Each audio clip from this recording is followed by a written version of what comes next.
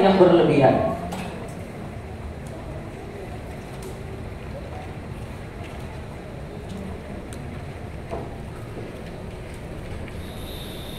Sedangkan warok itu dia meninggalkan yang membawa mudarat di akhirat. Dia meninggalkan haram saja. Nah, satu aja. Maka yang ditinggalkan oleh orang zuhud lebih banyak. Nih, ini namanya meninggalkan sesuatu yang tidak bermanfaat untuk akhirat. Sama dengan meninggalkan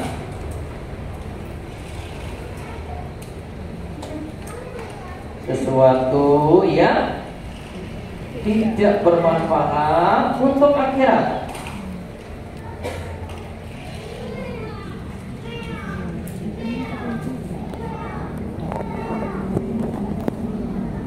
Nah, sedangkan warok itu dia cuma meninggalkan satu saja, sudah bagus juga ini. Dia meninggalkan apa? Haram. Berarti dia di sini sama dengan meninggalkan sesuatu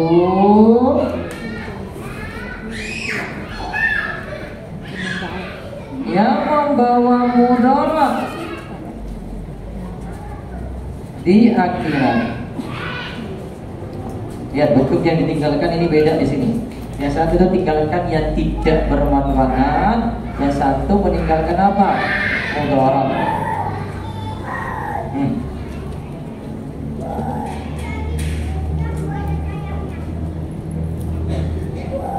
Hal yang berbeda. Maka dari sini mana yang lebih tinggi tingkatannya? Jadi orang zuhud. Kalau warok dia cuma meninggalkan yang haram saja. Ditambah lagi nanti para ulama jelaskan, warok juga dia meninggalkan yang syubhat. Otomatis zuhud juga berarti meninggalkan yang syubhat. Mau ditambahkan sini plus meninggalkan syubhat.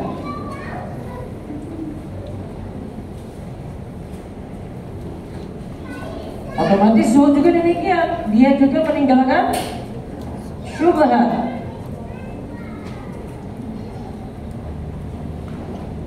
Syubhat itu apa? Sesuatu yang tidak jelas halal haramnya. Tidak jelas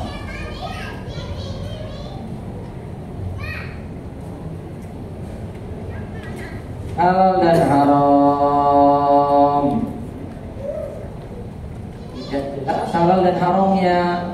Yang warok ini dia tinggalkan ini sudah pernah kita bahas di hadis nomor 6 Arba'in Nawawiyah. Otomatis kalau orang tinggalkan ini, apalagi orang zuhud, dia tentu meninggalkan yang syubhat, yang masih belum jelas apa? Halal dan haram. Masih belum jelas halal dan haram. Sudah, mending saya tinggalin aja deh. Itu zuhud dan warok.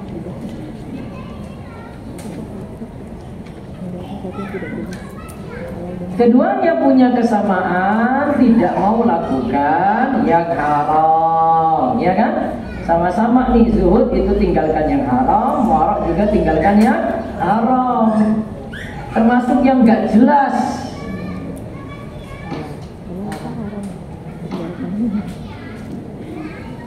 Ya, termasuk yang gak jelas. Lebih-lebih ditinggalkan.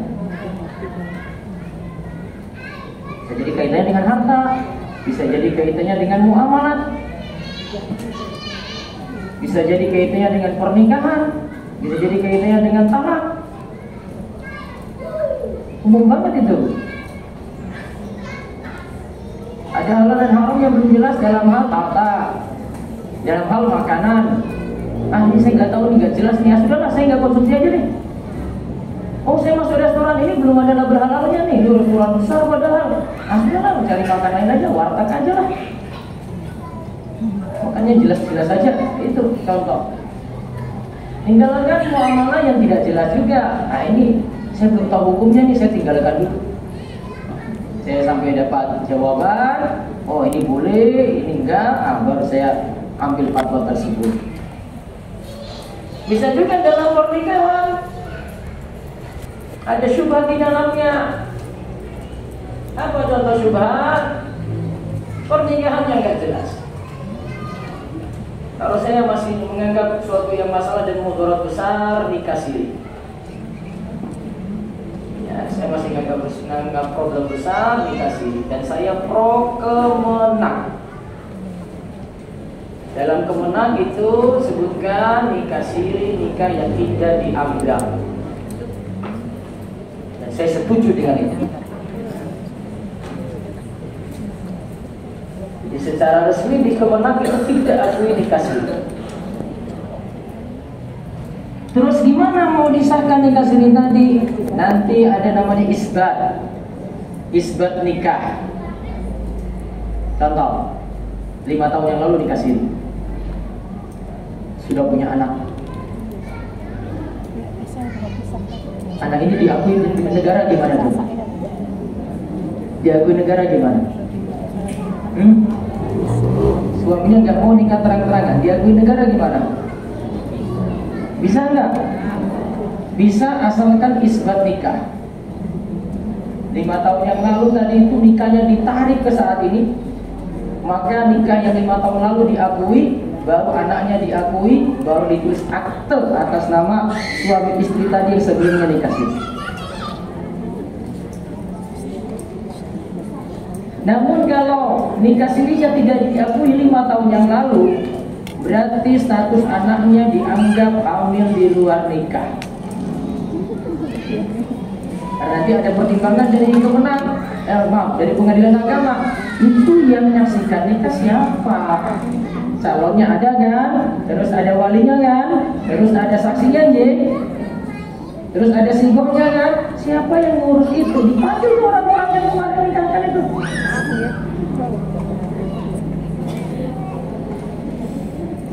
Dipanggil lagi tuh.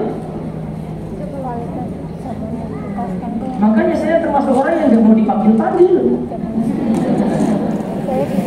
Pak Ustaz nikahkan sama Ustaz kan? Oh, maju pengadilan itu. Apa buktinya dengan nikahkan itu? Oh, lepas tangan saya gak mau. Setiap kali ada yang mau minta dikasih foto kalau nikahkan ini dong, enggak mau. Enak aja, nanti urusannya saya panjang lebar nanti dengan pengadilan itu. Sama juga kalau nikah resmi. Kalau dalam pengadilan agama juga, talak juga harus resmi.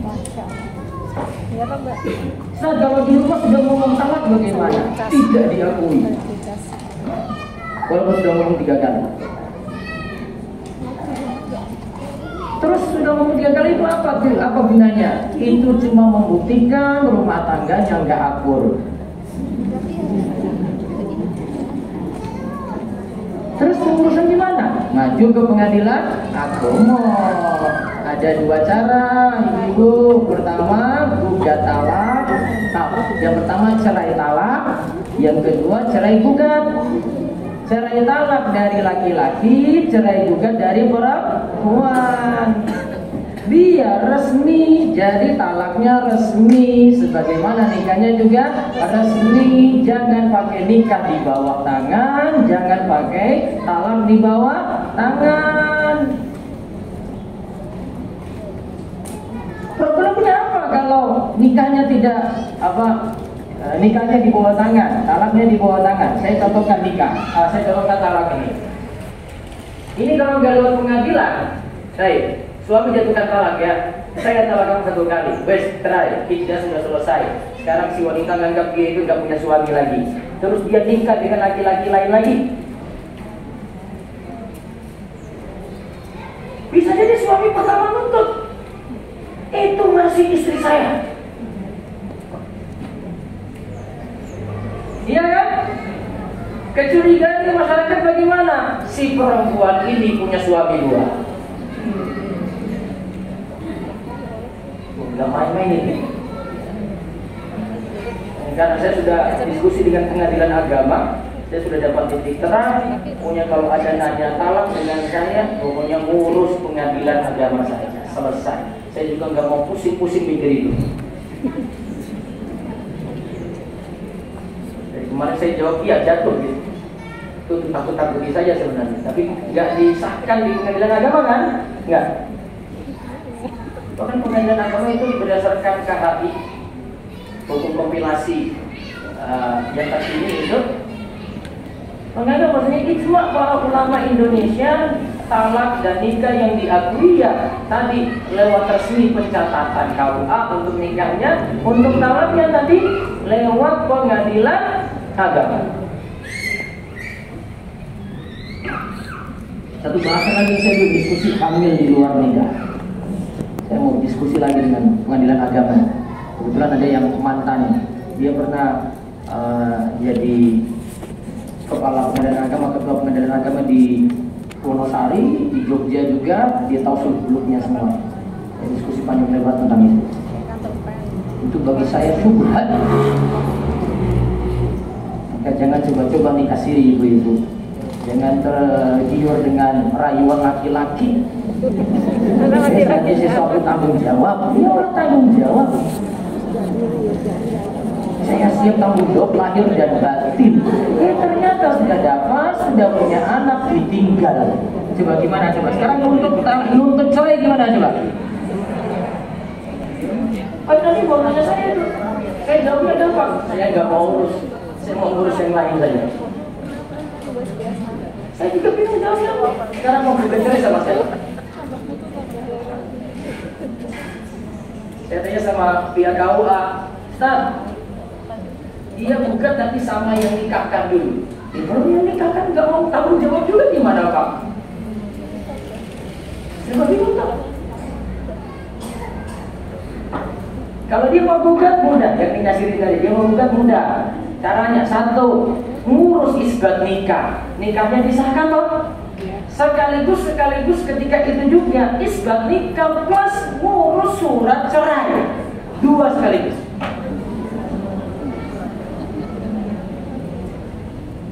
Tuh, ngurusnya di pengadilan agama, insya Allah akan dibantu. Ngurus dua sekaligus ya apa tadi?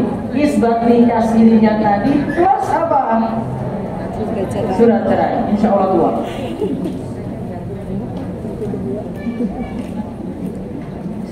Saya belum agak sumuk bahas ini.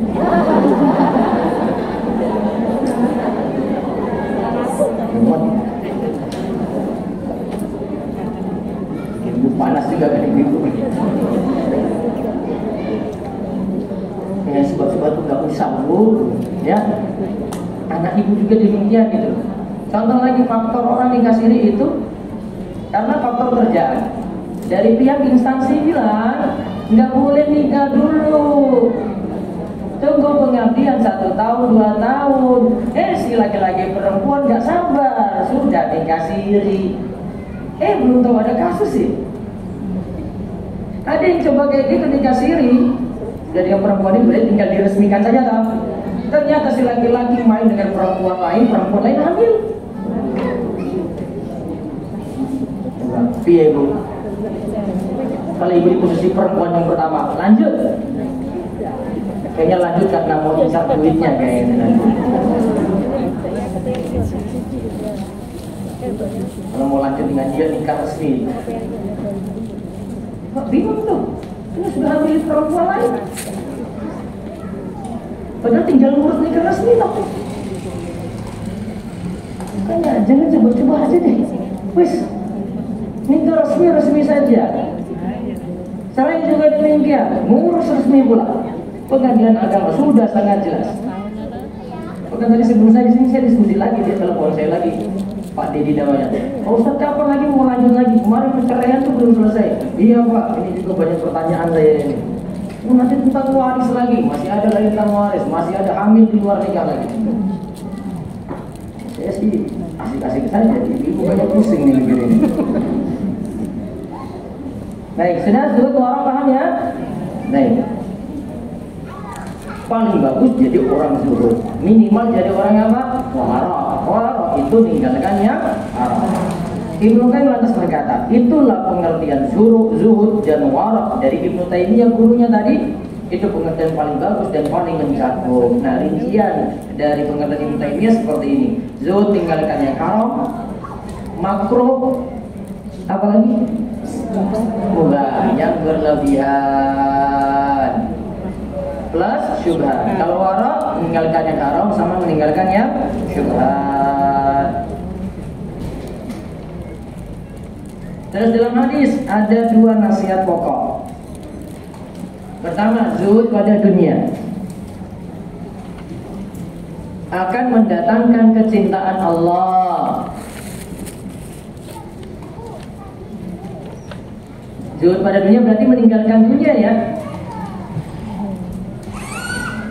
Ini meninggalkan dunia yang bagaimana ibu-ibu? Nah, ini meninggalkan dunia yang bagaimana? Meninggalkan dunia yang mana? Yang haram, yang makruh, terus mubah yang berlebihan, maka akan mendatangkan kecintaan Allah.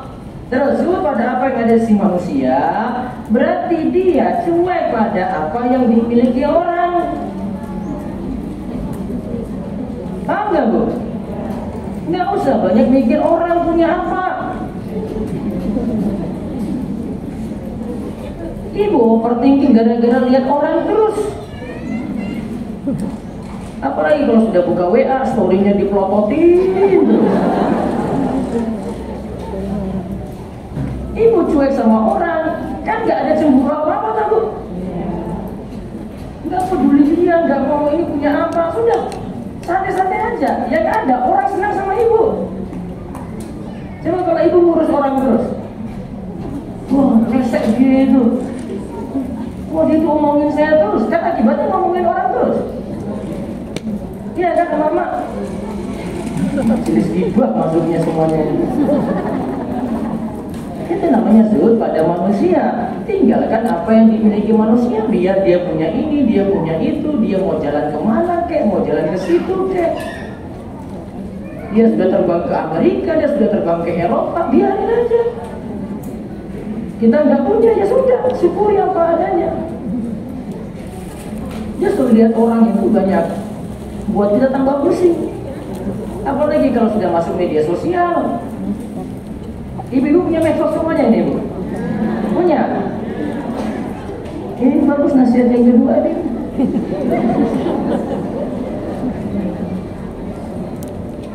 Kalau di medsos nggak usah banyak baper bu. Ya. Orang lain lagi buat nasihat, ibu merasa kena gitu, terus marah-marahin dia. Kamu kok singgung saya terus ya? Padahal orang lain tuh buat nasihat nggak lihat ibu loh. Kalau ibu kena, ya berarti ada yang salah lah. Orang lain buat nasihat biasa aja. Yang bisa kok suka singgung saya sih? Siapa yang singgung kamu? Kan gak ada singgung orang lain. Tapi kita udah baper sekali. Kan boleh jadi itu nasihat umum buat dirinya dulu kan. Tapi terkadang itu bawa ke kita tuh. Jadi sekitar itu sih bagus. Kamu nggak usah dikomentari bu, biarin aja. Oh iya ini masukan untuk saya ya gitu. Nggak usah dibantah. Kalau ada yang salah tinggal diperbaiki. Sama kalau dengar ceramah, dengar khutbah kayak gitu. Pernah khutbah aja ada yang komentari saya, hadap saya langsung. Saya khutbah Jumat ini, saya ngomong gini, ini pergi cari pakan itu berkilo-kilo bisa. Datang ke mesti 100 meter saja gak bisa. Saya ngomong tuh khutbah Jumat kayak gitu tuh. Mulai saya mau keluar, dia beri saya, "Oh Ustaz, saya bukan kayak gitu." Saya beri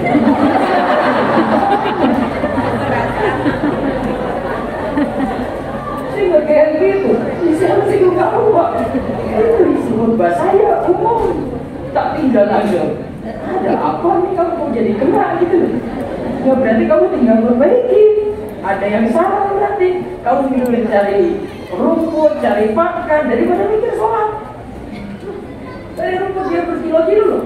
5 kilometer bisa. 100 meter ke masjid aja nggak bisa. Tapi ada lagi culunnya kalau orang Gunung Kidul itu, orang kampung sambil nanya ke saya gini, ini bulan Ini pas awal lagi silaturahmi. Pak Ustaz, saya kemarin puasa cuma setengah hari Pak Ustaz. Kenapa Pak? Ini soalnya saya ngarit sehari makan, terus azan zuhur, maka saya beduk ketika itu. Semua emosi saya wajah. Oh iso Pak, kok beduk gitu loh. Masa beduk? Jadi kan biasanya anak-anak kayak gitu ya. Dan zuhur baru, ayo ya buka dulu gitu kan. Nah dia praktekkan kayak gitu. Kalau saat habis saya buka, saya lanjut puasa lagi. Hebat Pak.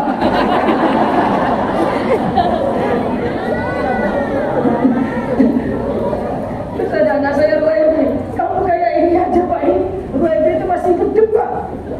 Persis kayak kamu itu. Dia tanya, puasa saya kodok apa enggak? Ya jelas kodok lah.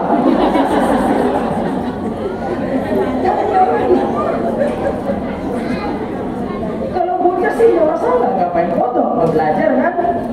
Ini orang dewasa, batalin puasa setengah hari, terus lanjut lagi, beduk persis itu. Saking awamnya itu loh. Saking awamnya itu kayak gitu. Terus sekarang apa pengertian dunia? Dunia itu artinya sesuatu yang rendah atau dekat. Itu berasal dari kata dana ya gedung. Jadi Arab itu punya setiap kata punya filosofi sendiri. Dunia itu dari kata dana.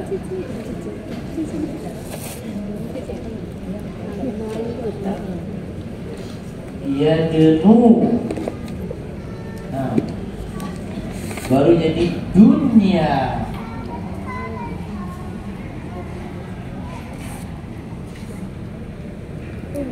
Baru jadi dunia. Dan ya dunia artinya dekat, rendah.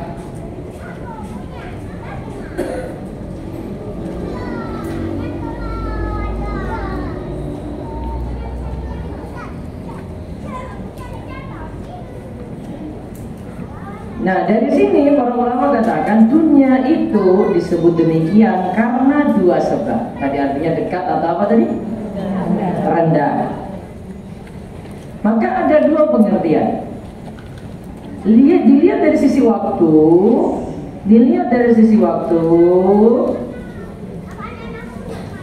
dunia itu dekat karena sebentar lagi akhirat. Dunia itu dekat dengan akhirat. Berarti dunia ini cuma sebentar saja. Yang lebih panjang itu apa? Akhirat. Sebab yang kedua, dunia dinamakan seperti itu dilihat dari sisi kedudukannya. Dunia itu lebih rendah dibanding akhirat. Levelnya lebih rendah. Akhirat lebih tinggi, akhirat lebih utama.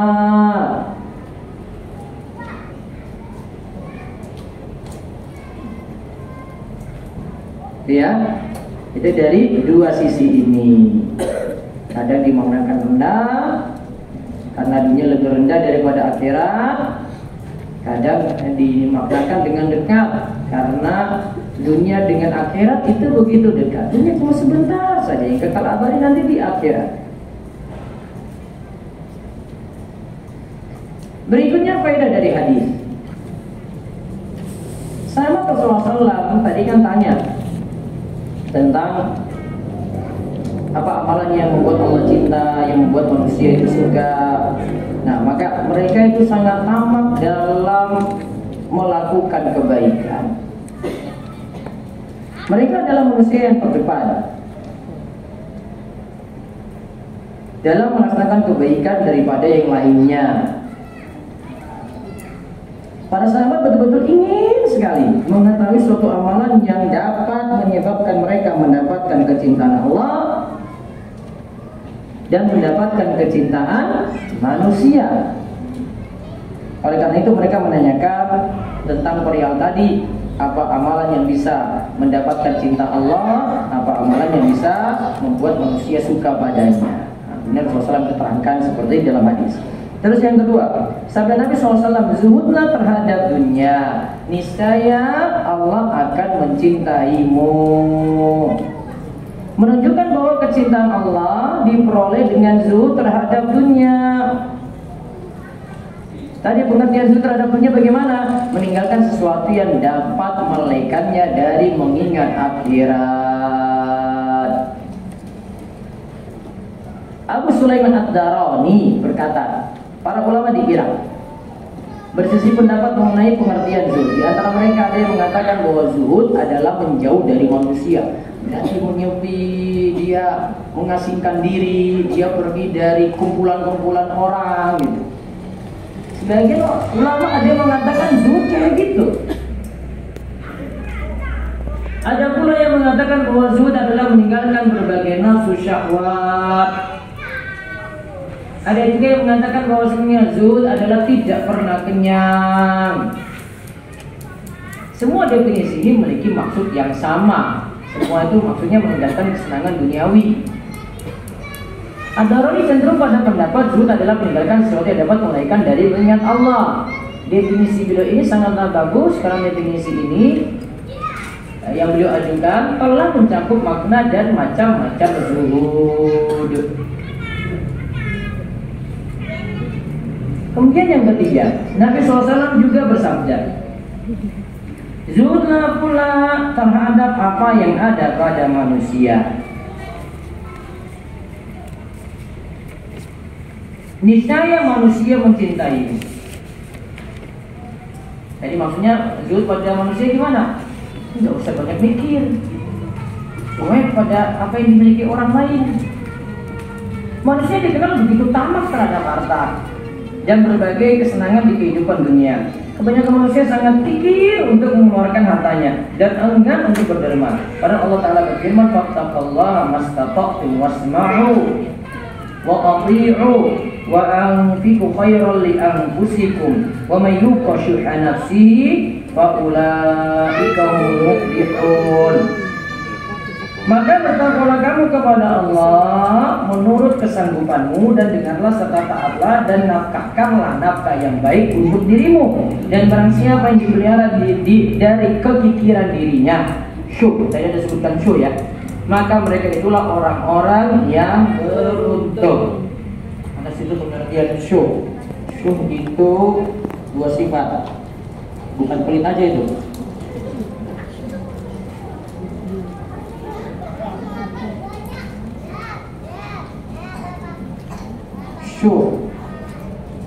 Ini pengertiannya pelit, bakhil. Pengertian yang kedua tamak, rakus. Kalau su itu dua ini ada.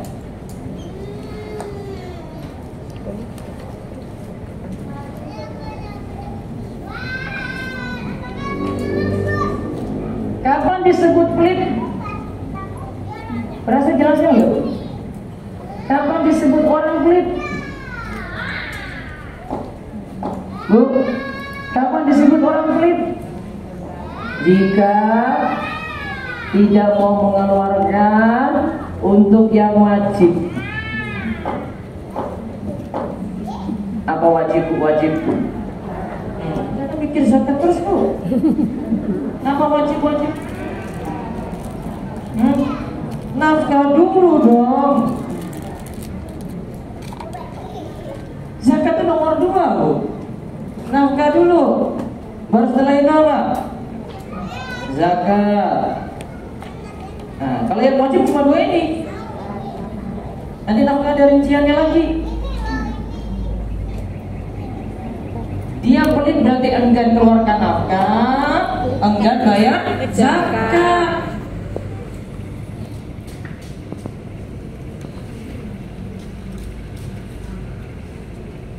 Kalau tampak rakus berarti sudah ingin lebih dan gak pernah puas. Beda dengan yang sifat pelit tadi. Nah, namanya syuh itu 2 sifat itu sekaligus.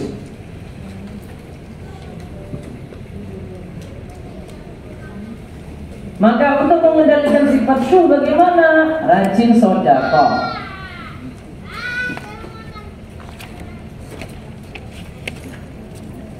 Yang paling bagus, lebih tinggi lagi dari sedekah, namanya Isa.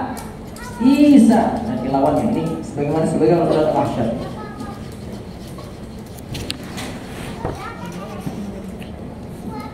Al-Isaru.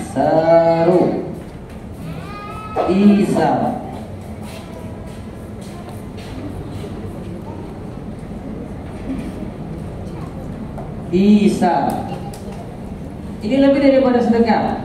Ini membantu orang lain padahal kita sendiri butuh. Membantu orang lain padahal kita butuh. Beda dengan sedekahmu. Kalau sedekah itu mengeluarkan yang biasanya lebih dari yang kita butuh. Dia kasih yang lebih. Namun kalau yang ini kita butuh tapi kasih ke orang lain. Istilahnya apa? Isar. Maka yang punya sifat isar pasti selamat dari syuh. Pasti selamat dari kulit dan tama atau rakus tadi.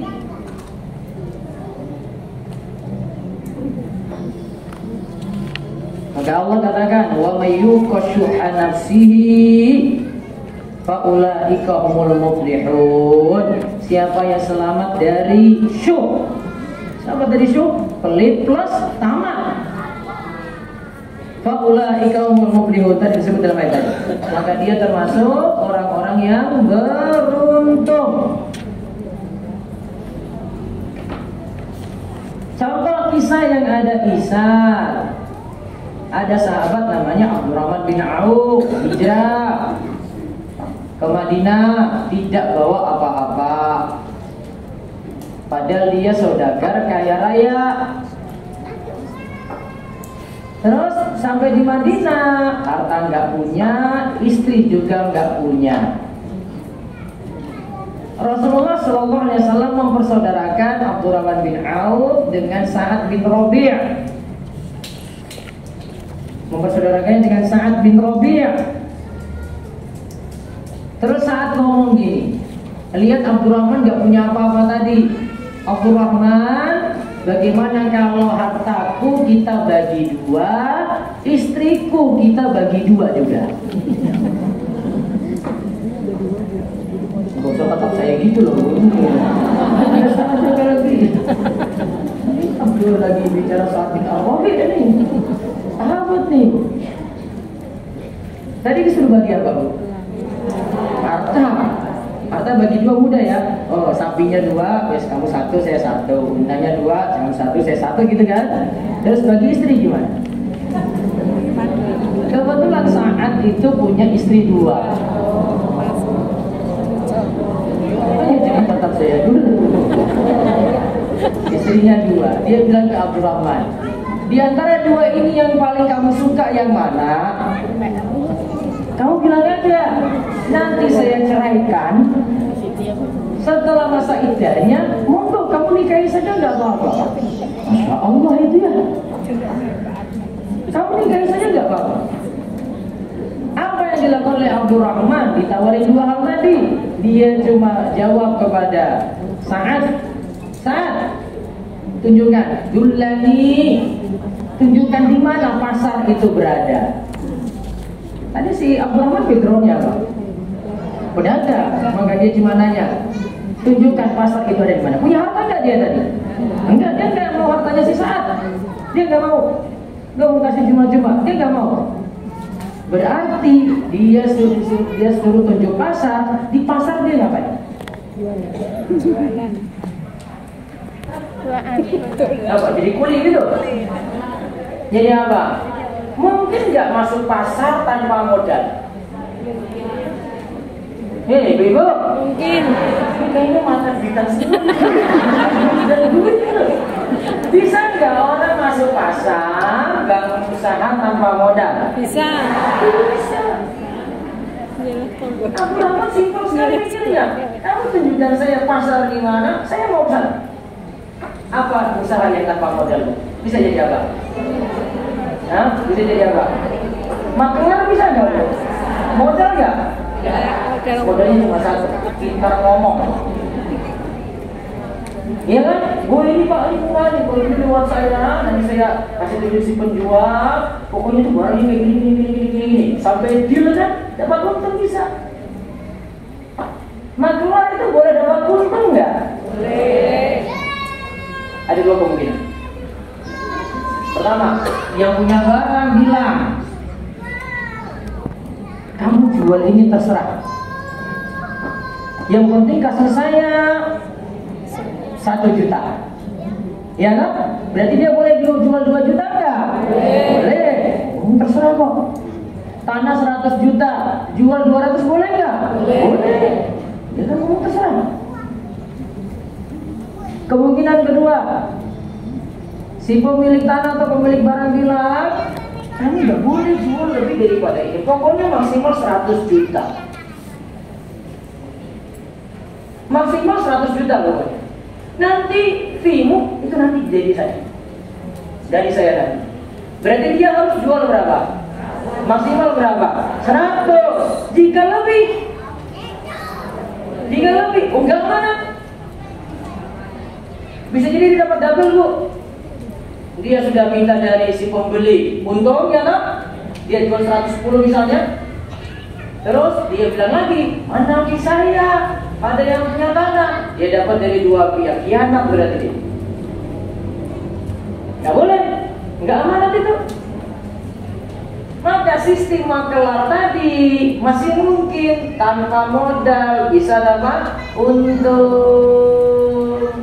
Kemudian yang dilakukan oleh Abdurrahman itu ke pasar, maka tahu kebutuhan pasar, bukan keinginannya si Abdurrahman, bukan barangnya Abdurrahman itu apa, terus mau jual. Namun di pasar butuh apa, nanti dia jual sesuai kebutuhan pasar. Kesimpulannya apa? Jualan yang bagus itu pasar butuh apa, jual seperti itu.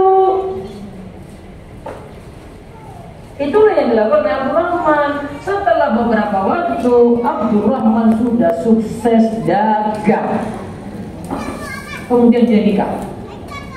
Lantas dia ketemu Rasulullah SAW dalam keadaan wangi yang tidak biasa, karena wanginya ini kelihatan ada bekasnya. Dan Rasulullah SAW sudah curiga, kamu ini sudah nikah? Sudah ya Rasulullah. Kamu sudah adakan walimah apa belum? Belum. Apa walimah, Bu? Pesta. Resepsi itu pakai ini, Bu. Resepsi itu pakai motif macam-macam, Bu. Apa walimah? Walimah itu makan-makan untuk pesta nikah. Maka resepsi itu acara intinya adalah makan-makan.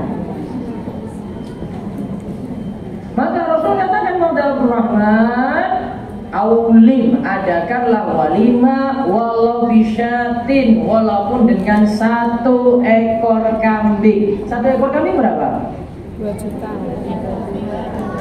Ya wes 5 juta aja. Ada di Jogja yang resepsi nikahnya cuma 5 juta, ibu-ibu? Ada. Ada? Nggak ada. Disuruh sederhana berarti. Kalau kita tuh mahal, kalau bisa mahal sekalian deh. Itu masalahnya harga diri juga itu. Yang Rasulullah SAW tadi bilang apa? Aulim walau bi syatin. Adakanlah walimah walaupun dengan apa? 1 ekor kambing. 1 ekor kambing murah banget. Pelajaran pentingnya dari tadi, Abdurrahman itu ditolong oleh Sa'ad, ditawarkan. Abdurrahman nggak mau. Padahal si Sa'ad tadi ditawarkan untuk berbuat ihsan. Dia butuh harta nggak?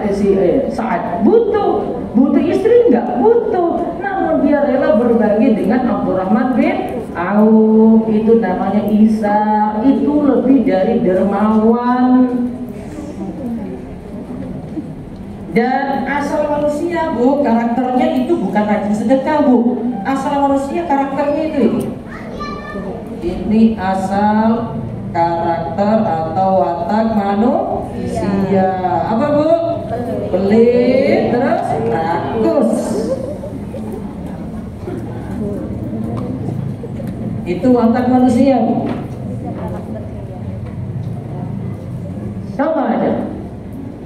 Nih sudah bagi waris nih Bu.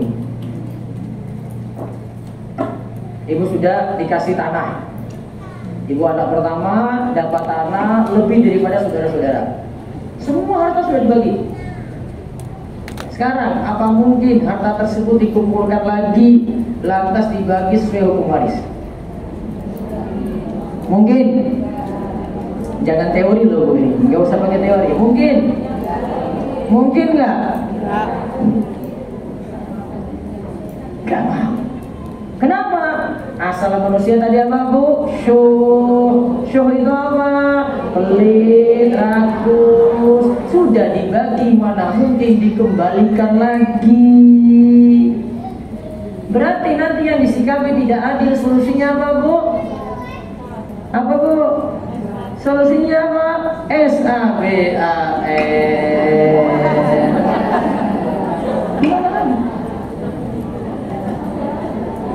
Ibu di posisi yang dizolimi, yang dirasa kurang adil, ibu di posisi itu, nggak bisa nuntut lagi tuh, harus dibagi Ustaz. Mau nuntut lagi nggak bisa.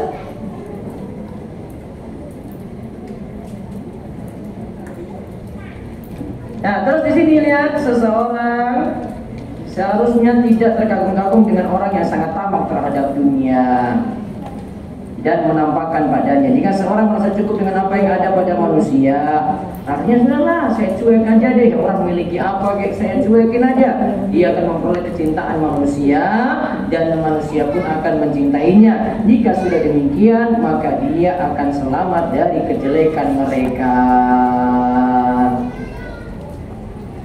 Pelajaran tentang zuhud ini Bu, closingnya adalah jadilah orang yang zuhud pada dunia, tapi jangan jadi orang yang zuhud pada ilmu agama. Apa? Jadilah orang yang zuhud pada dunia, siap nerima keadaan kalau pada dunia Bu. Namun jangan jadi zuhud pada ilmu agama. Apa maksudnya zuhud pada ilmu agama Bu? Apa Bu? Sudah deh, saya biasa-biasa aja deh. Yang penting saya sholat, sudah cukup deh. Gak usah belajar-belajar lagi. Itu kan sudah merasa zuhud itu Bu. Sudahlah, sholat saya itu kayak gini saja. Sudahlah, dari dulu mau kayak begini kok sholatnya, gak usah diperbaiki lagi. Gak usah ikut pengajian deh. Bikin tambah-tambah mumet, tambah masalah saja. Jadi tahu banyak hal haram malahan. Iya tahu Bu?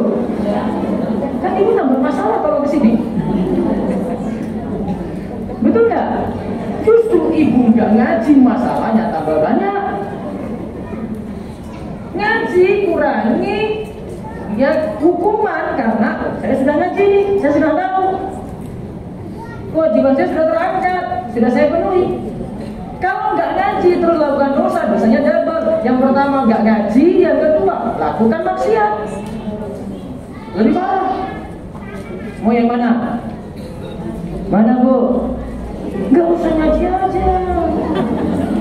Nambah perkara aja Bu. Terus di rumah aja.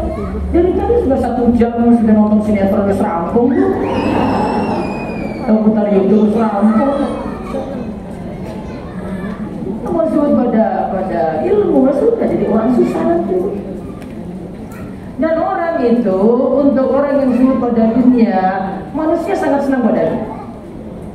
Tapi kalau orang yang zuhud pada ilmu, ilmunya biasa-biasa saja, orang nggak senang. Orang nggak senang, karena biasanya ilmu itu membuahkan hasil, ya. Karakternya jadi bagus, tingkah lakunya jadi bagus, akhlaknya jadi bagus, attitude-nya jadi bagus, ibadahnya jadi bagus, ya kan? Kepada suaminya tambah bagus. Iya kan Ibu? Sudah tambah baik belum sama suami Ibu? Oh jawabnya berat banget ya. Ini ada sesuatu itu. Baik, nanti bedanya kita bahas di pertemuan berikutnya insya Allah. Akhirnya nerimo nggak mau kerja gitu. Wong males Bu. Cuma cari pembenaran dengan istilah zuhud.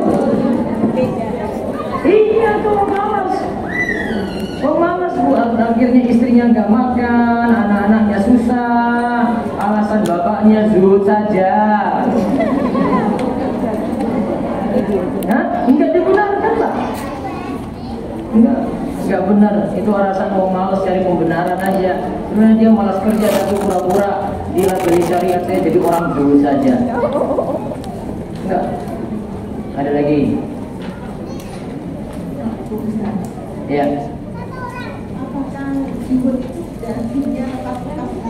Enggak juga. Ibnu Hajar itu pernah ketemu dengan orang Yahudi. Orang Yahudi itu bilang, bukankah Rasulullah SAW pernah katakan, "Ad-dunya sijnul mu'min wa jannatul kafir." Dunia itu penjara bagi orang beriman, surga bagi orang kafir. Artinya kesenangan untuk orang kafir. Sekarang keadaan kita berbeda, wahai Ibnu Hajar. Kamu kaya raya kayak begitu. Saya orang Yahudinya kebetulan miskin. Saya susah seperti ini. Kemudian Ibnu Hajar jawab, kamu masih mending. Di dunia susahmu kamu itu seperti ini masih lebih mending daripada usahamu di akhirat lebih susah lagi. Sedangkan saya orang beriman, Ibnu Hajar, orang Muslim, tetap masih merasa ini penjara di dunia. Karena apa? Masih dikekang dengan larangan-larangan. Yang haram-haram masih dilarang, nggak boleh diterjang. Ibnu Hajar ini ajarkan apa? Kalau jadi orang kaya pun tidak selamanya itu berarti bukan zuhud, enggak. Maka keadaannya kembali ke sifat menerima atau tidak. Ya, dia mau menerima dengan keadaan atau tidak. Ya, jangan ada orang miskin yang merasa susah terus nggak terima takdir. Jadi orang bersalah. Kalau dia itu orang kaya, bersyukur dengan kekayaannya, dia manfaatkan lagi dalam kebaikan, jadi kan baik untuk dia. Seperti itu. Jadi kuncinya zuhud itu tidak mesti lepaskan dunia semuanya. Yang penting ingat ada yang haram ditinggalkan, makruh tinggalkan, mubah nggak terlalu berlebihan. Ya, berikutnya lagi. Ya, berikutnya lagi. Iya, Bu.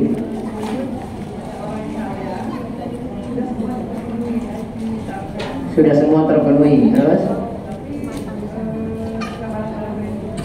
apa? Pakai barang-barang branded, nggak ngutang ya? Enggak. Terus setiap orang itu likuli makal. Orang itu setiap orang punya keadaan masing-masing. Yang penting dia sesuaikan dengan kehidupan dia. Dia kehidupannya itu bagaimana, dia memilih seperti itu, dia gunakan untuk yang baik-baik, tidak ada masalah untuk dia. Yang tadi saya sempat singgung utang itu gimana? Karena ada yang mau punya barang branded untuk nyaingi orang lain, sehingga jalannya apa dia? Utang. Jangan seperti ini, sesuaikan dengan keadaan masing-masing. Orang yang hidup dengan gaji 10 juta, gaya hidupnya ya juga segitu. Jangan pakai gaya hidup orang yang punya gaji 50 juta. Orang yang punya gaji 50 juta, gaya hidupnya juga seperti itu. Jangan pakai gaji orang yang punya gaya hidup dengan gaji 1 miliar. Itu akan lebih tentram. Di pertanyaannya, apakah memakai barang branded dibolehkan? Masih boleh-boleh saja. Wallahu a'lam. Ada lagi? Ya, waalaikumsalam warahmatullahi wabarakatuh. Hamil di luar nikah. Pertanyaannya, apakah orang tuanya tidak boleh menjadi wali?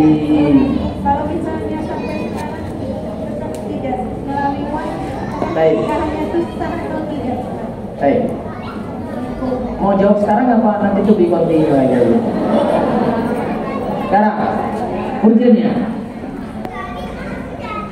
Coba bedakan ya.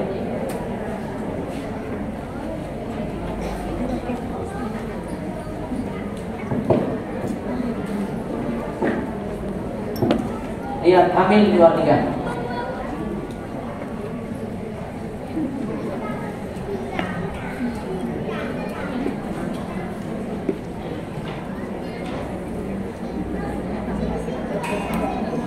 Ada laki-laki, ada perempuan, kemudian hamil. Laki-lakinya siap tanggung jawab ya, laki-lakinya di sini siap tanggung jawab. Maka kalau menurut regulasi di negeri kita, nikahnya disahkan.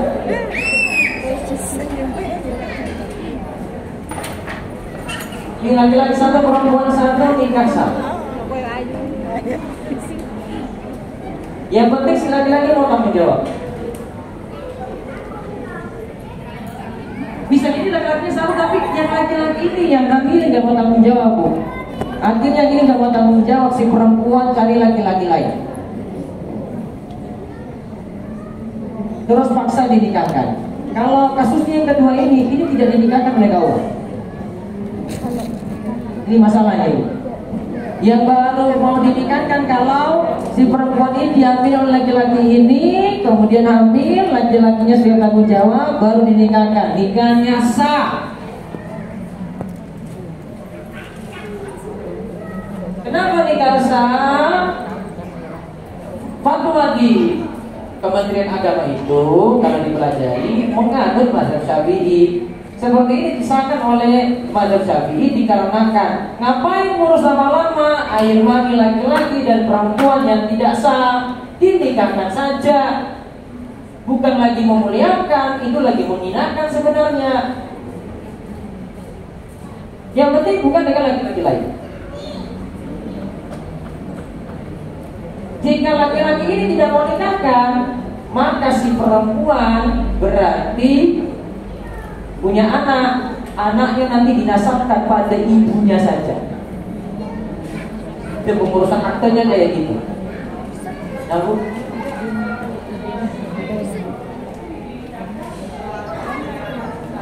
bukan masalah nikah kesalahannya lain.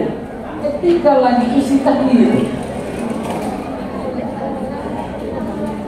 Ini saya lagi bahas regulasi di Kemenag, Bu. Oh enggak, ini regulasi Kemenag. Sekarang taruhlah saya bilang ini tidak sah ya, saya punya kekuatan hukum apa? Si Kemenag bilang sah, terus Ustaz Abu datang, itu nikahnya nggak sah. Saya punya kekuatan apa, Bu? Negara lebih kuat. Negara sudah tetapkan hukum kayak gitu, sah, maka sah. Tadi dinikahkan lagi dia si perempuan ini ya. Ini misalnya anaknya perempuan ya. Ya, anak perempuan nih hamil nih, anaknya perempuan ya. Terus besok nikah dengan laki-laki lain kan? Itu yang ditanyakan ya. Kan ini sudah sah. Berarti aktenya nanti apa bapak ibunya? Ini dan ini loh. Nah, maka ketika dinikahkan dengan ini si bapak biologis yang sudah tanggung jawab ini boleh nikahkan anak perempuannya dengan laki-laki. Sah atau tidak? Sah. Ibu kalau pakai fikih lain, terus Kemenag sudah sahkan, fikih lain itu kalah, Bu. Kekuatan negara lebih kuat. Ibu bilang nggak sah ini sekarang ya. Sekarang mau sahkan di mana? Please beritahu saya. Mau bawa ke Pak Kiai? Mereka nggak tahu apa-apa. Ini sudah sah. Maka kekuatan hukumnya lebih kuat. Makanya kan tadi saya bandingkan nikah siri sama nikah resmi. Oh, buat nikah resmi. Mau nikah siri banyak orang yang tahu kek, tapi gak ada pencatatan. Tetap lebih kuat nikah apa? Resmi. Wah itu lebih punya kekuatan. Seperti itu, Bu. Terus dengan hadis al-waladu lil firash wal akhiru al-hajaru, gimana? Anak laki-laki itu milik pemilik ranjang, sedangkan yang berzina tidak dapatkan apa-apa. Itu kalau ada dua pihak ngeklaim itu anak saya. Yang satu si laki-laki suaminya, yang satu laki-laki lain. Yang menang siapa? Pemilik ranjang yang sah siapa? Nah, itu baru di sini dimaksudkan. Itulah pemahaman dari Syekh Utsaimin dan ulama lainnya. Nanti baca tulisan saya di rumah saya. Saya dukung yang keputusan KUA tadi. Gitu. Cukup ya. Tadi saya akan diskusi tentang hamil di luar nikah nanti dengan pengadilan agama. Jawabannya seperti itu.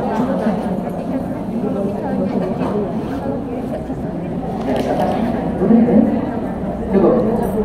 Baik, itu saja. Mudah-mudahan jadi ilmu yang manfaat. Insyaallah ketemu lagi pada Selasa kedua di Masjid Mina ini. Demikian kami cukupkan. Wabillahi taufik. Assalamualaikum warahmatullahi wabarakatuh.